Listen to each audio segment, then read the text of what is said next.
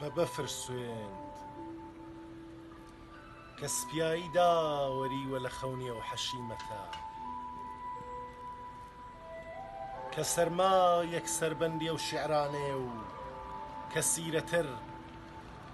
شاعرێکی وەری لە خەونی پاساری بە بەفر سوێند کە هەر ئێستا زستان تەعاروفم دەکا تا دەربیجەیەک نازڵکەم لە خەونی کەسیرەی شیعرە تا شاعر بم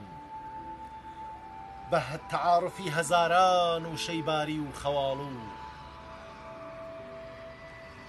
سوێند بە کەروێشکەی تەنیایی جەنگەڵێک باڵندە لە خەونی سپیدا ئاخۆوە بیردێننەوە باڵ کە چێ دەڵێ ڕاوچی باریوە لە دەشتی بە کاکی بە کاکی ڕەشاییدا کە ڕاوچیان کەروێشکەی هەمیشەی هیچایی لە دازدا دەوەرن سوێند بە دوو بەتڵی شەو من باریم لە کەروێشکەی سپی ژناندا و دەربیجەیەک کە جێ دەڵێ هەر هەرەسی ڕەشاییە دەربیجەیەک خۆی پێتەعاروف دەکردم بەرەو هەتاو دەربیجەیەک خۆی پێتەعاروف دەکردم بەرەو هەتاو بە بەفر سوێن دوو بەتڵی شەو ڕاشکاوە و من لە جەغزی ئەو هاوینە سەرە ڕۆیەدا